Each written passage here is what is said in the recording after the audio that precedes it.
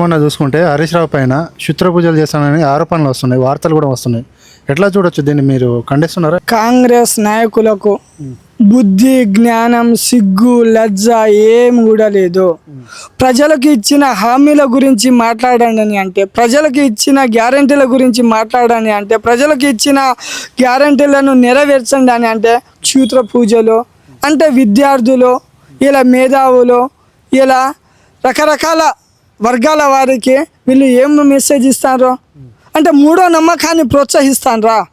వీళ్ళు మూడో నమ్మకాన్ని ప్రోత్సహిస్తారంటే వీళ్ళు ఎంత మూర్ఖులో ఒక్కసారి ఆలోచించండి. కాంగ్రెస్ నాయకులు మీరు ఎక్కడ చూసిండ్రో? ఏమైనా సాక్ష్యాలు ఉన్నాయా? హరీష్ రావు గారు క్షుద్ర పూజలు చేస్తున్నట్టు మీరు ఎక్కడైనా చూసిండ్రా? ఏమైనా ఎవిడెన్స్ ఉన్నదా? ఉంటే చూపియండి. తెలంగాణ ప్రజలు సస్యశ్యామలంగా, సురక్షితంగా, ఆరోగ్యంగా ఉండాలని ఎన్నోసార్లు కేసీఆర్ గారు మనం చాలాసార్లు యాగాలు చేసిండ్రు అందరూ కూడా మంచిగా ఉండాలని. ఈ అలవాట్లు ఎవరికి ఉన్నది? క్షుద్ర పూజలు చేసే అలవాట్లు ఎవరికి ఉన్నది? ఈ కాంగ్రెస్ నాయకులకు ఉండవచ్చు. ఏంటంటే హరీష్ రావు గారు ఇప్పటి వరకు ఓటమి చెందని నాయకుడు.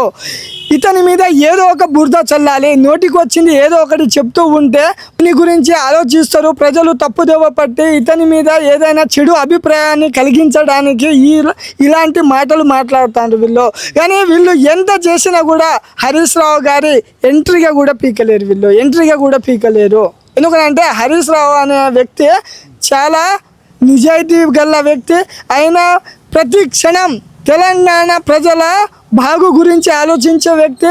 తెలంగాణ ప్రజలకు ఎక్కడైనా అన్యాయం జరిగితే పోరాడే వ్యక్తి. అదేవిధంగా తెలంగాణ ప్రజలకు లబ్ధి చేకూరాలని ఎన్నో పథకాలను కేసీఆర్ గారికి చెప్పి కొత్త పథకాలను కూడా ప్రజలకు అందించిన వ్యక్తి. అలాంటి వ్యక్తుల మీద ఈ దొంగ కాంగ్రెస్ నాయకులు ఇలాంటి మాటలు మాట్లాడడం సిగ్గుచేటు. ఇది కాంగ్రెస్ ప్రభుత్వానికి చేతగానితనానికి నిదర్శనం. ఇది నిజంగానే మొగోళ్ళు అయితే, మీకు సిగ్గు శరం ఉంటే, మీకు మానవ విలువలు ఉంటే ఆధారాలతో బయట పెట్టండి. మేము ఒప్పుకుంటాం. ఆధారాలతో బయట పెట్టండి. ఆధారాలు లేకుండా ఇలా నోటికి వచ్చినట్టు మాట్లాడడం ఇది సబబు కాదు. ఇది ఎందుకంటే కేవలం ఇలా ఆలోచన ఒకే ఒకటి, బీఆర్ఎస్ నాయకుల మీద, బీఆర్ఎస్ వ్యక్తుల మీద, కాళేశ్వరం ప్రాజెక్టు మీద ఏదో ఒకటి చెప్తూ ఉండాలి. మనం బురద చల్లుతూ ఉండాలి. వాళ్ళకి ఏదో ఒకటి చెప్తూ ఉంటే ప్రజలు వాటి గురించి మాట్లాడుకుంటూ ఉంటారు. ప్రజలు ఆ విషయాల గురించి ప్రస్తావిస్తూ ఉంటారు.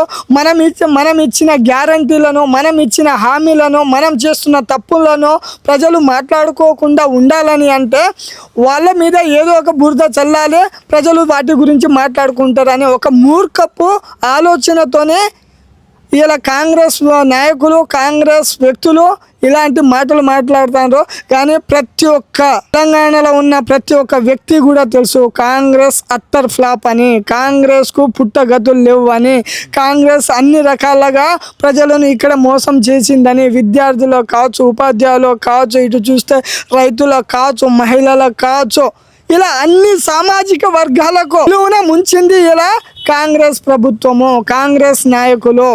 ఇవన్నీ ఏంటని అంటే కేవలం హరీష్ రావు గారి మీద బూర్ద చల్లడానికి చేస్తున్న ప్రయత్నాలు అండి.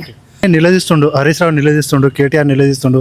ప్రభుత్వానికి ఒత్తిడి తెచ్చేలా వీళ్ళు ఉన్నారని చెప్పేసి ఇలాంటి ఆరోపణలు చేస్తారని అనుకోవచ్చా మనం? 100% అండి.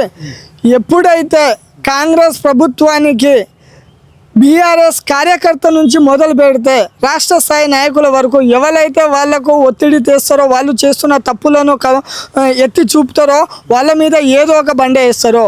అంతే ఎందుకు? గతంలో ములుగుల ఒక కాంగ్రెస్ నాయకుల ఒత్తిడి వలన ఒక వ్యక్తి ఆత్మహత్య చేసుకున్నాడు. అది లేఖపూర్వకంగా రాసి ఆయన సూసైడ్ చేసుకున్నాడు. ఆయనకు న్యాయం జరగాలని నేను రోడ్డు మీద నిలబడి అతనికి న్యాయం జరగాలని చెప్తే నా మీద కేసు వేసిండ్రు. ఇలా కేసు ఉన్నది కేవలం ప్రజల తరపున కొట్లాడినందుకే నా మీద బుక్య జంపన్న అనే వ్యక్తి మీద ములుగుల కేసు వేసిందా లేదా ఒకసారి చెక్ చేసుకోండి. మరి బుక్య జంపన్న చేసిన నేరం ఏంటిది? ప్రజల తరపున కొట్లాడడమే నేరము, ఆ వ్యక్తికి న్యాయం జరగాలని చెప్పడమే నేరము.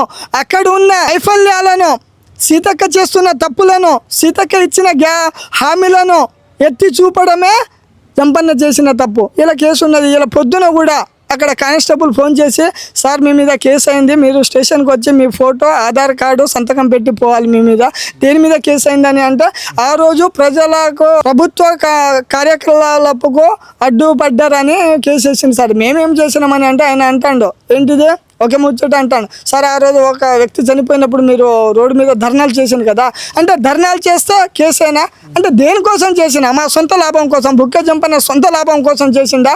అక్కడ ఉన్న ప్రజలకు న్యాయం జరగాలని అక్కడ సీతక్కకి ఎదిరిస్తే వాళ్ళ చెంచాగాళ్ళతోనే వాళ్ళ బినామూలతోనే ఒక క్వార్టర్కు ఒక బీర్కు ఒక బిర్యానీకి అమ్ముడుపోయే వ్యక్తులతోనే జంపన్న మీద విమర్శలు చేపించడం ములుగుల పరిస్థితి చూస్తే అతి దారుణంగా ఉన్నది.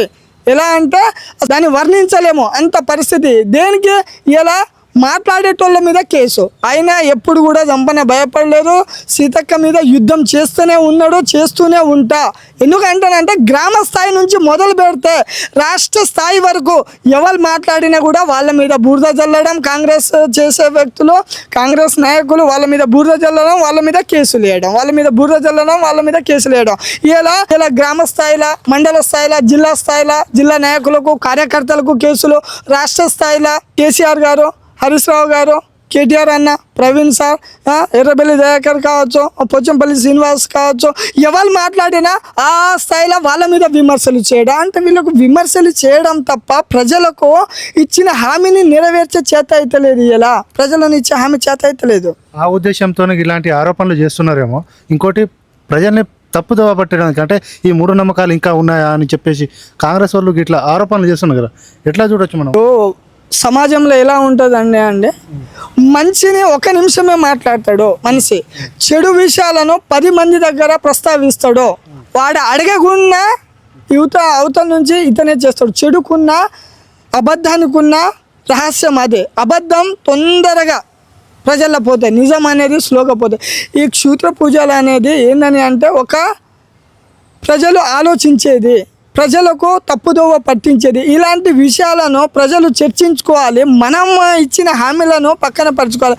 కావాలి కూకున్నప్పుడు ఏం మాట్లాడతాడు, అరే ఫలాని బోరోడాట ఏదో క్షుద్ర పూజలు చేస్తాడట ఫర్ ఎగ్జాంపుల్, ఆ విషయాన్ని మాట్లాడతారు. కానీ అదే ఒక వ్యక్తి ఒక గొప్ప పని చేస్తే ఫలాని వ్యక్తి గొప్ప పని చేసిందని మాట్లాడుకోరు. ఎందుకంటే నెగిటివ్ టాపిక్ని ఎక్కువ మాట్లాడుకుంటారు అని తెలుసు. కాబట్టి కాంగ్రెస్ నాయకులకు హరీష్ రావు గారి మీద క్షుద్ర పూజలు అనే ఒక నిందని వేసిండ్రు. ఎందుకంటే ఇది ప్రజలు మాట్లాడుకోవాలి, మనం ఇచ్చిన హామీలను పక్కన పడేయాలి. ఎందుకంటే ఈ క్షుద్ర పూజల టాపిక్ నడుస్తూ ఉంటే ఈ అంబులెన్స్ కావచ్చు, 6 గ్యారంటీలు కావచ్చు, రైతు బంధు కావచ్చు, రైతు బీమా కావచ్చు, అమ్మ ఒడి కావచ్చు, లేకపోతే రియంబర్స్మెంట్ కావచ్చు, ఇవి ఎవరు మాట్లాడతారు? క్షుద్ర పూజల గురించి మాట్లాడుతూ ఉంటారు.